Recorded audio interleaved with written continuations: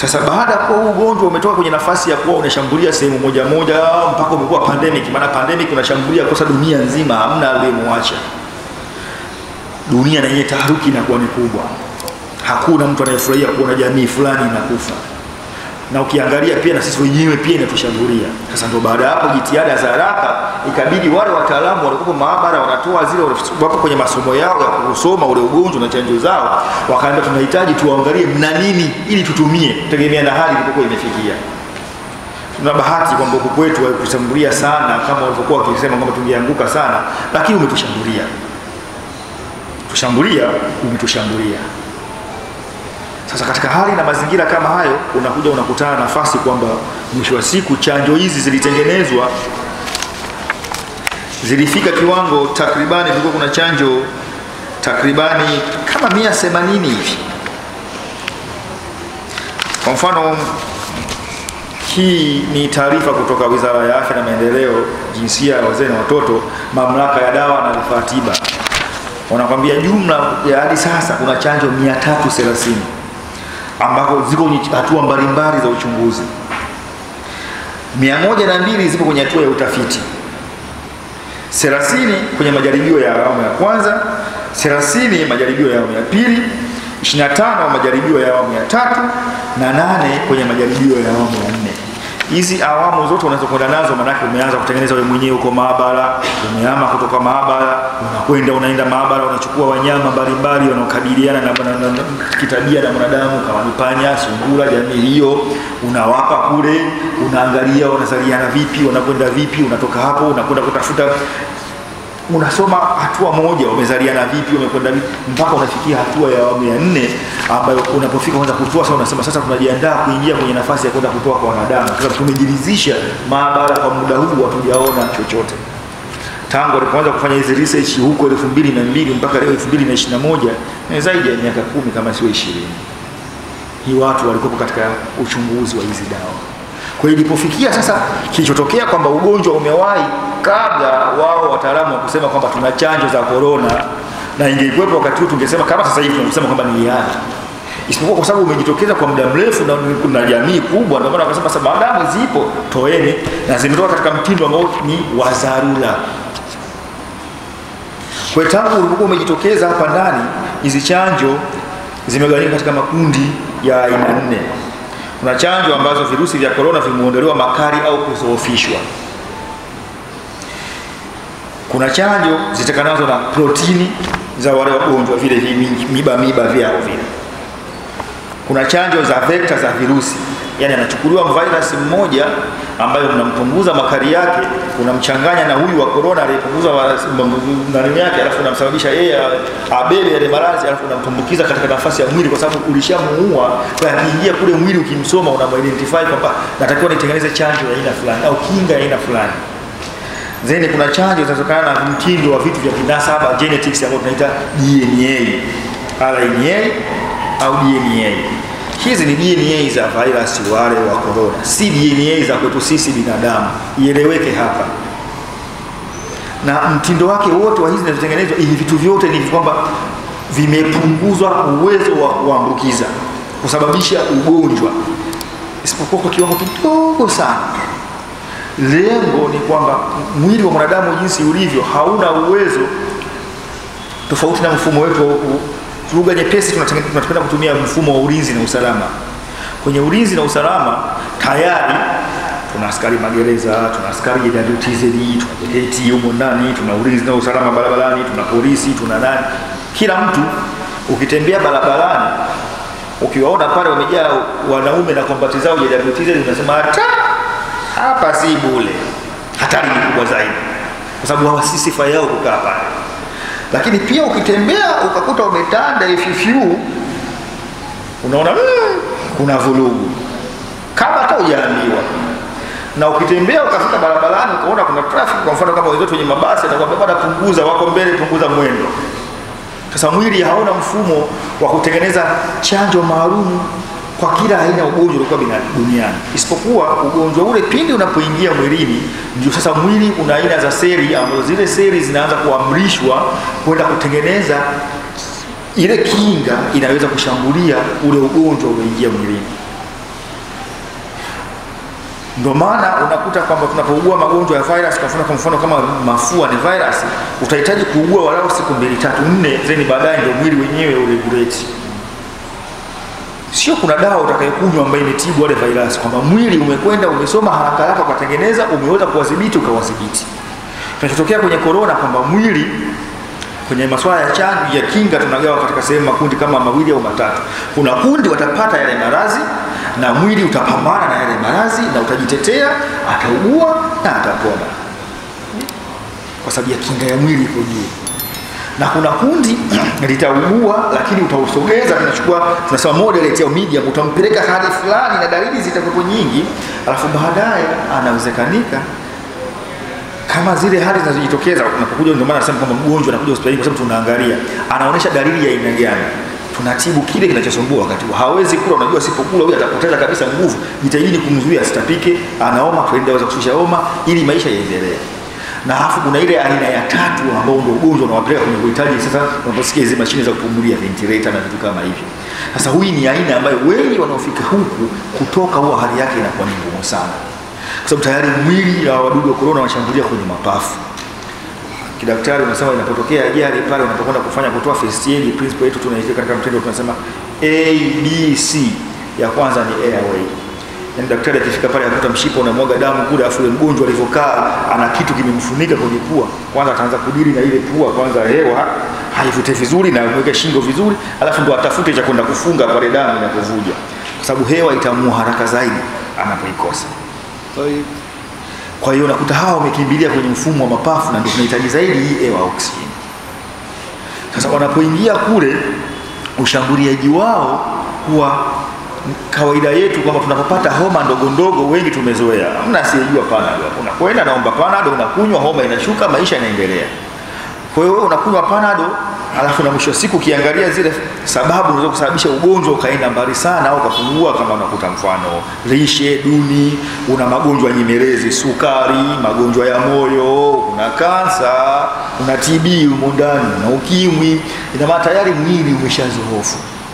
Na wewe unakunywa Panadol wakati ule mwili wako uwezo wa kumshambulia ule mdudu kinga iko chini. Yeye anaendelea kushambulia taratibu tu.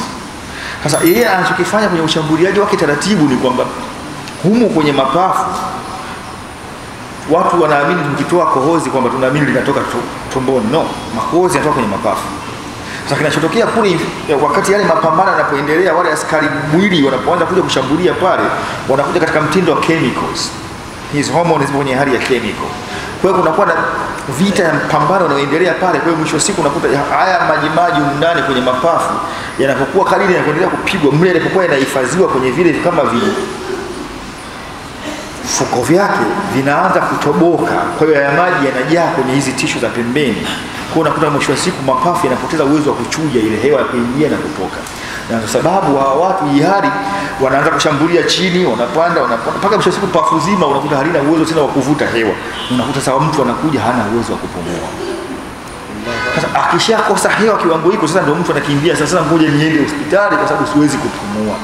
Sasa hii inakuwa ni hatua ambayo hata kama utachukua ukasema unajifusha nyungu, haina inachokwenda kufanya ndani, ushachelewa. Hatua ya mwanzo ile ulikuwa ungeifanya ingekusaidia, si hapa.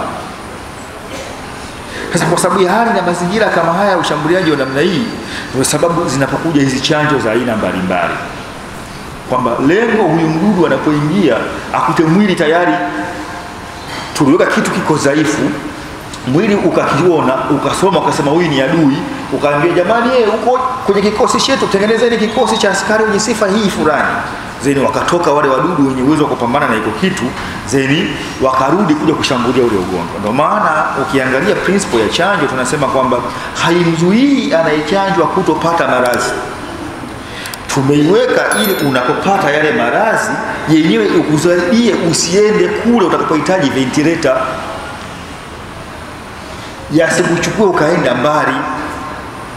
Na kama kuna mtu ana maradhi ambayo ni yanaoshusha kinga za mwili kama hayo niliyosema, umsaidie yasimfikishe mbali, kwa sababu huyu yakimpeleka kule kumtoa huwezi. Au watu ambao umri umekwenda sana, sababu tunajua umri unavyokwenda na kinga ya mwili pia inakuwa inapungua.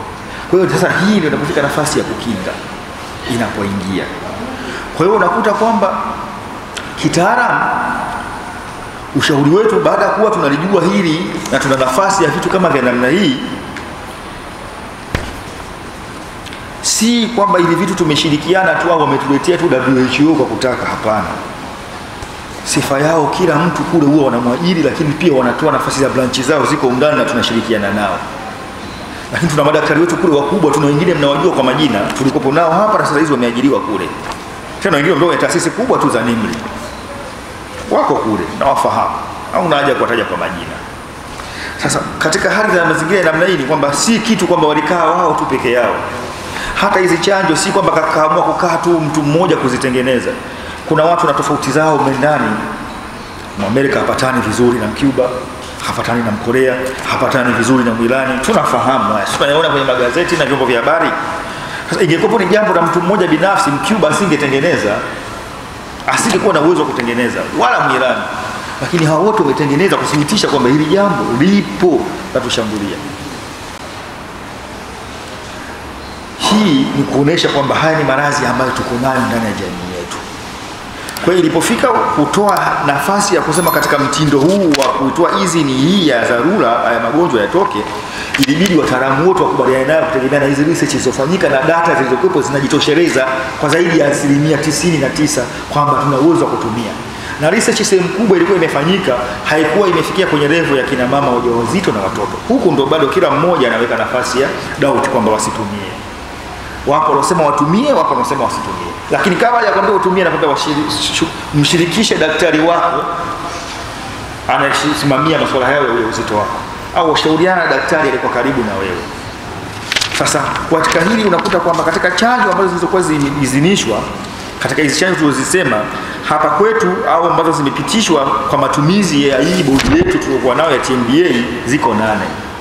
Kuna Pfizer, kuna AstraZeneca ziko za aina 2, kuna Covishield, kuna Janssen ambao ndio hii Johnson Johnson, kuna Moderna, kuna Sinopharm, kuna Sinovac.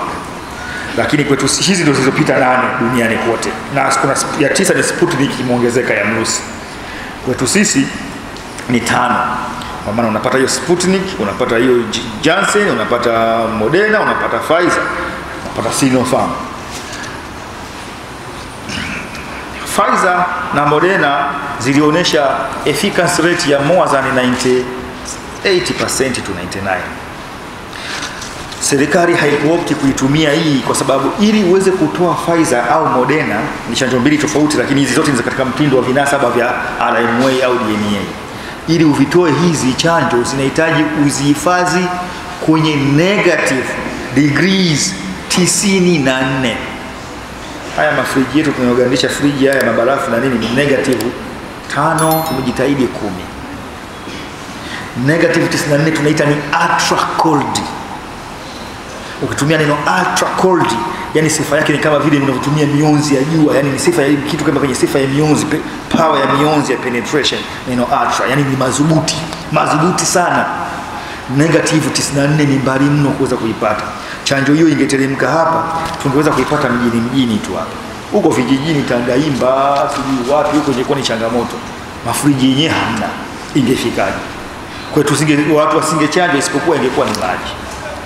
Ndio maana unakuta kule kuna wataalamu wanaoamua kwa manufaa ya watu. Kwa hiyo baada ya kuangalia hayo wakaona basi katika hali jinsi ilivyo, chanjo tunaweza kuimudu katika hali zetu ya mazingira yetu ni hii Janssen. Ambayo katika room temperature unaweza kuhifadhi takriban mpaka miezi 3. Ndani ya miezi 3 unapokuwa umeipeleka huko kwa wale waliohiari kuchanja, una guarantee umewachanja. Tangu tumeanza kuchanja Jakaya Kikwete nafikiri sasa hizi tuna siku ya 9 na kesho tutakuwa tunaenda siku ya 10. Kwa hiyo una guarantee kwamba muitikio watu watakaoitikia utawachanja. Na muitikio ni mkubwa. Kwa siku 2 tu kwa haraka hapa tuna takribani kama watu 600 hivi. Sasa hivi ndio vitu ambavyo watu walikaa wakaviangalia na wakaweza kuvitoa ili viweze kutumika. Lakini pia hakuna chanjo utakayoitoa ukaichanja yule mdudu akawa na uwezo wa kuingia kwenye DNA zako wewe ili afanye kazi, hapana. Kinachofanyika ni kwamba kusogezwa karibu na mazingira ya ile seli ili seli zako kule ndani wao wakina DNA au mRNA wamsome, ili wakishamsoma watoe askari kule kutoka kwao ziende kule nje kwenye lile jamba yeye alikuwa amezuiwa kwa sababu ni kitu kilichoingia ni nusu, lakini uwezo wa kufika kule ili kishambuliwe mwili uweze kufanya kazi yake ya ziada. Kwa hiyo katika hali na mazingira hayo unakuta hivi vitu hicho kilichokuwa kimefanyika kikubwa.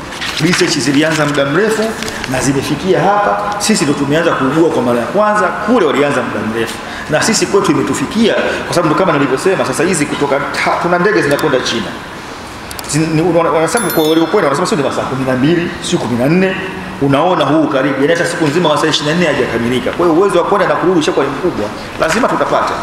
Kwa hiyo ukitazama mazingira haya, tunakuwa tuna nafasi na sisi kufanya nini kile jamii ya sasa iliyokuwa inakwenda. Kwa hiyo kila mtu ataangalia kwa nafasi yake. Hakuna aliyelazimishwa kuchanja. Ni hiari ya kila mtu. Huo ndo msimamo wa serikali kwenye kupitia Wizara ya Afya.